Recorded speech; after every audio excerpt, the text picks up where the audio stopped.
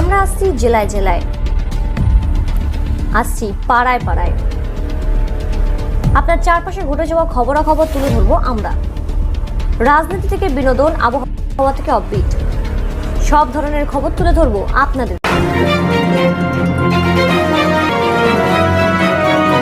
যুক্ত থাকুন, সঙ্গে থাকুন, দেখতে থাকুন কলকাতা ঠাকুরপুকুর বাজারের কাছে পার্সপেক্টিভ ফাউন্ডেশনের 5 বছর পূর্ণ উপলক্ষে একটি অনুষ্ঠান অনুষ্ঠিত হয়।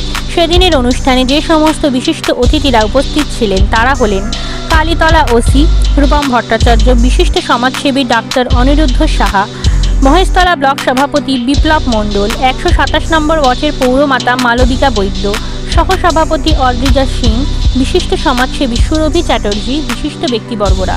পার্সপেক্টিভ ফাউন্ডেশনের কর্ণধার রাজেন মণ্ডল ও তার স্ত্রী মালবিকা মণ্ডলের পরিচালনায় সেদিন সমস্ত অনুষ্ঠানটি অনুষ্ঠিত হয়। পার্সপেক্টিভ ফাউন্ডেশন নেশাগ্রস্ত চিকিৎসা করা হয়। সেদিন নেশাগ্রস্ত রোগীদেরও সম্বর্ধনা জানানো হয়। তারই পাশাপাশি বিশিষ্ট অতিথিদের সম্বর্ধনা জানানো হয়। পার্সপেক্টিভ ফাউন্ডেশন সেদিন নিজেদের হাতে বানানো মেমেন্টো অতিথিদের সংবর্ধনা হিসাবে তুলে দেন। তারই বিস্তারিত জানতে চোখ রাখুন আমাদের সংবাদ মাধ্যমে। বলবেন আজকে অ্যাকচুয়ালি আমি এই যে পার্সপেক্টিভ ফাউন্ডেশন যে রয়েছে এটা বহুদিন থেকে এর যে কর্ণধার রাজেন আছে, এর সঙ্গে আমার পরিচিতি আছে। সত্যি কথা বলতে গেলে এটা একটা অভিনব একটা দিক, কারণ আমি জানি ভালোভাবে যে একটা মানুষ যখন নেশাগ্রস্ত হয়ে যায় তার হিতাহিত জ্ঞান থাকে না, সে সমাজের সঙ্গে সমাজকে একদম দূরে থেকে সে চলতে চায় সবসময়।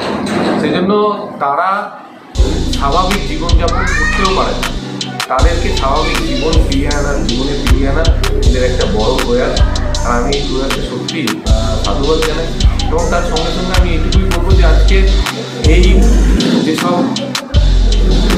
ফাউন্ডেশনগুলো রয়েছে, রিহ্যাবিলিটি সেন্টারগুলো রয়েছে, এগুলোর মধ্যে দিয়ে কিন্তু অনেক দরিদ্র নিম্নবিত্ত মানুষরা যারা আজকে নেশার জন্য তাদের সংসার থেকে আরম্ভ করে তাদের পরিবারকে নষ্ট করছে, আজকে এই রকম জায়গায় এসে তারা কিন্তু সেগুলোকে অনেকটাই তাদের স্বাভাবিক জীবন ফিরে পাচ্ছে। তাই আগামী দিন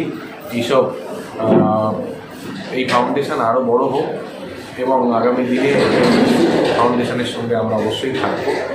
সবাই ভালো থাকবে। আর যারা নেশাগ্রস্ত তাদেরকে এইটুকুই বলবো যে তারা অতীতে কী করেছে সেটা ভুলে গিয়ে বর্তমানের সঙ্গে পা মিলিয়ে ভবিষ্যতে তারা চলতে শিখুক এবং তাদের স্বাভাবিক জীবনে তারা ফিরে আসুক। এই বলে সবাই ভালো থাকবে, আশা করি ভগবানের কাছে এটাই প্রার্থনা। এরকম আরও খবর পেতে আপনারা আমাদের চ্যানেলটিকে প্রচুর পরিমাণে লাইক, সাবস্ক্রাইব ও শেয়ার করুন।